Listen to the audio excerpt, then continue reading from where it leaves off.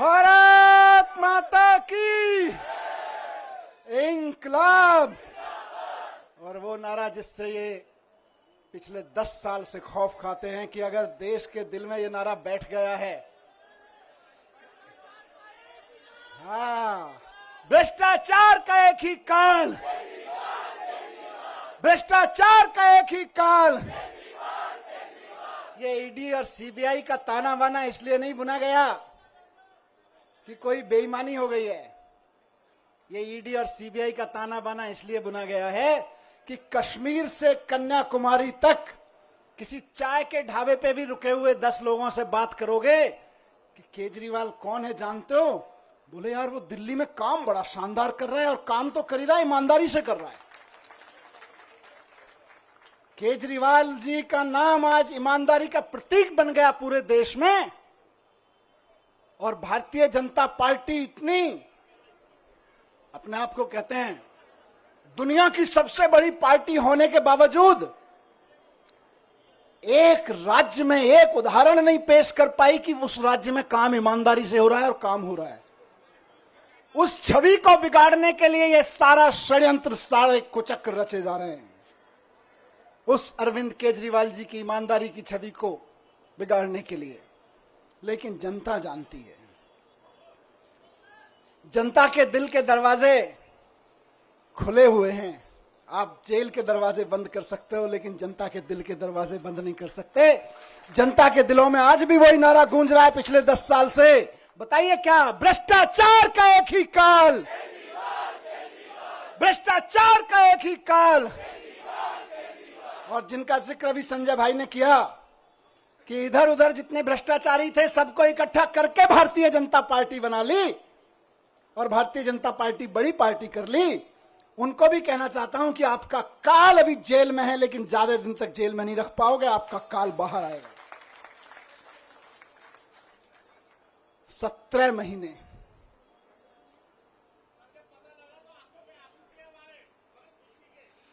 ये आंसुओं, इन आंसुओं ने मुझे ताकत दी है 17 महीने जेल में।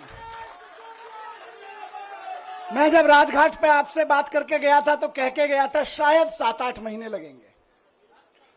मुझे उम्मीद थी कि 7-8 महीने में न्याय मिल जाएगा, लेकिन कोई बात नहीं, 17 महीने लग गए। 17 महीने लग गए, लेकिन जीत सच्चाई की हुई है, जीत ईमानदारी की हुई है। इसीलिए कहते हैं कि भगवान के घर पे देर है लेकिन अंधेर नहीं है। भगवान के घर पे देर हो सकती है लेकिन अंधेर नहीं हो सकती है। इनकी तो बड़ी कोशिशें करी इन्होंने, संजय भाई के ऊपर, मेरे ऊपर, अरविंद जी के ऊपर, पार्टी के और नेताओं के ऊपर। देश के सख्त से सख्त कानूनों की सख्त से सख्त धाराएं लगा के इनको बंद कर दो झूठे सच्चे केस में, और ऐसी ऐसी धाराएं लगा दो जो दुनिया भर में आतंकवादियों के ऊपर लगाई जाती हैं। ऐसी ऐसी कानूनों की धाराएं लगा दो जो दुनिया में ड्रग माफिया के ऊपर लगाई जाती हैं। ऐसी ऐसी धाराएं लगा के इन्होंने सोचा इनको जेल में बंद कर दो, तो जैसे आतंकवादी को जेल में डाल देते हैं तो सड़ता रहता है, जैसे ड्रग माफिया को जेल में डालते हैं तो दुनिया में सड़ता रहता है। इन्हें लगा अरविंद केजरीवाल, मनीष सिसोदिया और संजय सिंह को भी जेल में डालेंगे तो सड़ जाएंगे। लेकिन आपके आंसुओं की कीमत है ये, आपके आंसुओं की ताकत है ये कि जेल के ताले भी पिघल जाते हैं।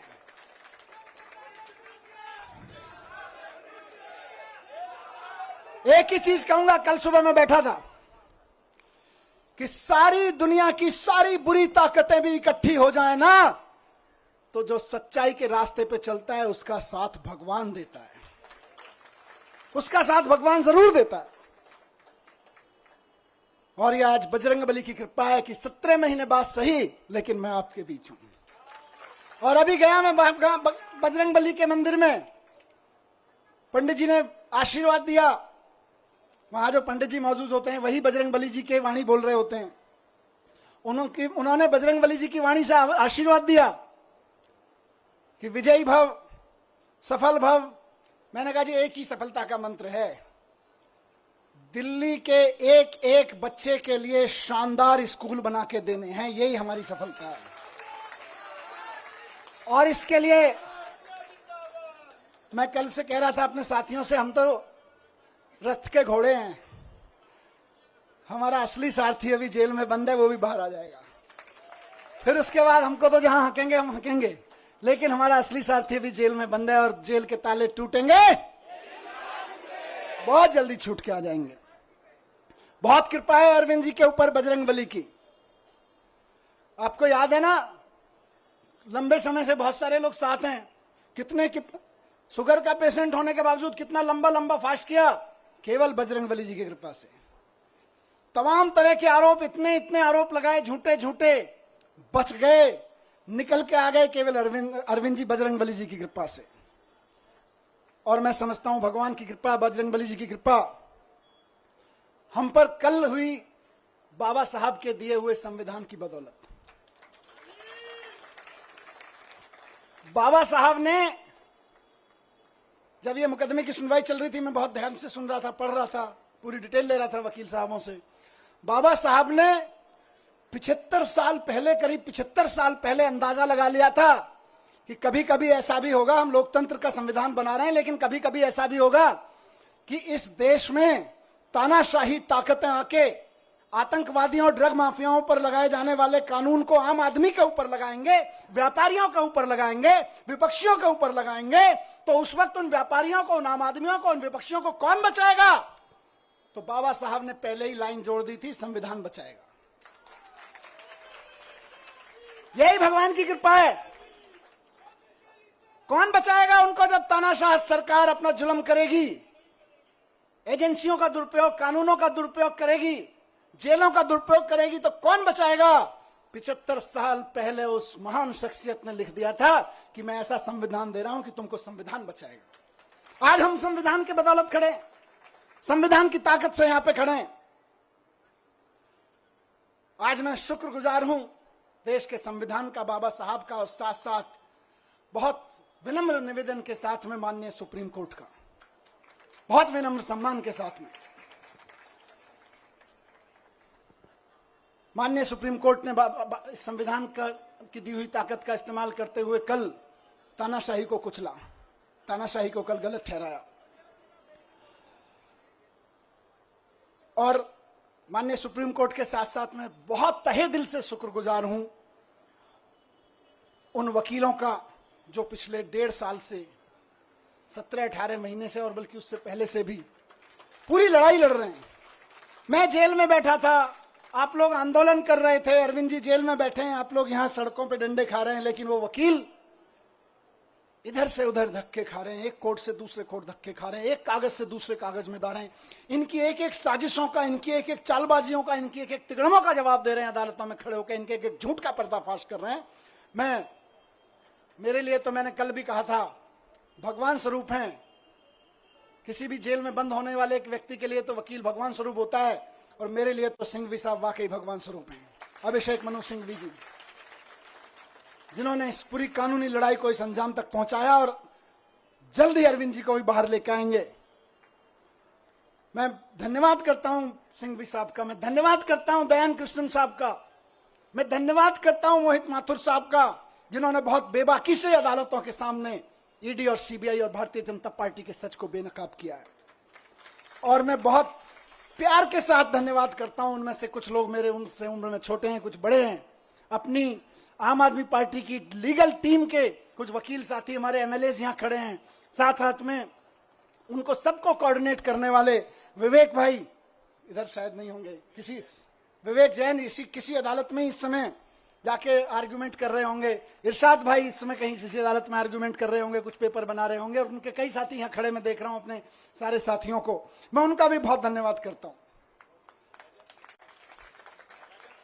रजत, साथ साथ में मैं शुक्रगुजार हूं देश भर में आम आदमी पार्टी के एक एक कार्यकर्ता का, नेताओं का।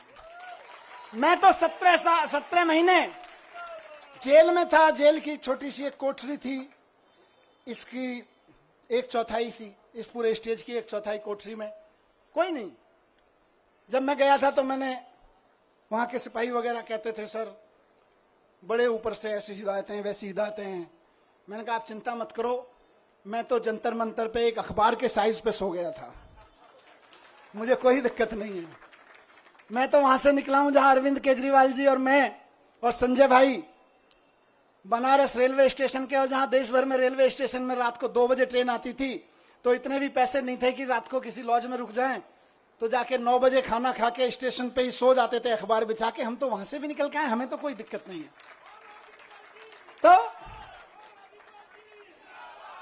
लेकिन हम तो वहां सो रहे थे, लेकिन डंडे कौन खा रहा था? जब मैं कोर्ट आता था तो मैं देखता था बैरिकेड लगे हुए और उसकी दूसरी तरफ से नारे लग रहे हैं। अखबारों में देखता था, टीवी में देखता था, आप में से बहुत सारे चेहरे यहां खड़े हैं, मैं देखता था ये मेरी बहन को लाठी लगी, ये मेरी बहन को एक पुलिस वाले ने धक्का दिया, ये मेरे एक भाई को पकड़ के खींचा। दर्द होता था और वहीं से ईश्वर से दुआ करता था, इनको सबको सलामत रखना, इनकी मदद करना, इनको ताकत देना। सलाम करता था आपकी ताकत को मैं वहां से, एक एक कार्यकर्ता को सलाम करता हूं मैं। और सिर्फ डंडे खाने के लिए नहीं, क्योंकि भारतीय जनता पार्टी की जो एक्सपर्टीज अभी संजय भाई ने बताई, उनमें एक शामिल है कि दूसरी पार्टी के कार्यकर्ताओं को और नेताओं को तोड़ने के, दबा के, धमका के, सामदान दंड भेद करके, जेल में भेजने की धमकी देके, जेल में भेज के, उनके हमले करवा के, उनको धमकी करवा के एकमात्र एक्सपर्टीज किसी पार्टी ने पाई है तो वो भारतीय जनता पार्टी है। लेकिन उसके बावजूद आप टिके रहे, एक एक आदमी टिका रहा, एक एक आदमी झुका नहीं, टूटा नहीं। एक एमएलए कैसे सारे खड़े हैं, मैं जानता हूं किस किस के ऊपर क्या क्या दबाव नहीं था और क्या क्या नहीं होगा और क्या क्या धमकियां नहीं आ रही थी, लेकिन उसके बावजूद बेबाकी से खड़े रहे, सीना तान के खड़े रहे। उस सीने, तने हुए सीने को मैं सलाम करता हूं आप लोगों को, आप डटे रहे। और आज देखिए मजे की बात, अब तो दुश्मन भी इस बात को मानने लगा है कि यार इन आम आदमी पार्टी वालों में कुछ तो मिट्टी है, जो 17 महीने 6 महीने जेल में रह जाते हैं इनके नेता, उसके बावजूद ना झुकते हैं ना टूटते हैं। किसी मिट्टी के तो बने हैं, ये उस मिट्टी के बने हैं। मैं बताता हूं, ये उस मिट्टी के बने हैं भारतीय जनता पार्टी वालों, जिस मिट्टी पर भगत सिंह का पसीना की बूंदें गिरी हुई हैं, जिस मिट्टी पे गांधी ने गोली खाई थी, जिस मिट्टी पे भगत सिंह के पसीने की बूंदें गिरी हुई हैं, जिस मिट्टी पे खड़े होकर बाबा साहब ने तुम्हारी जैसी लोगों की ताकतों के, उस वक्त की ताकतों के जुल्म झेले थे, उस मिट्टी से ये बने हुए हैं। इनको तुम्हारी तोता मैना क्या तोड़ पाएंगे।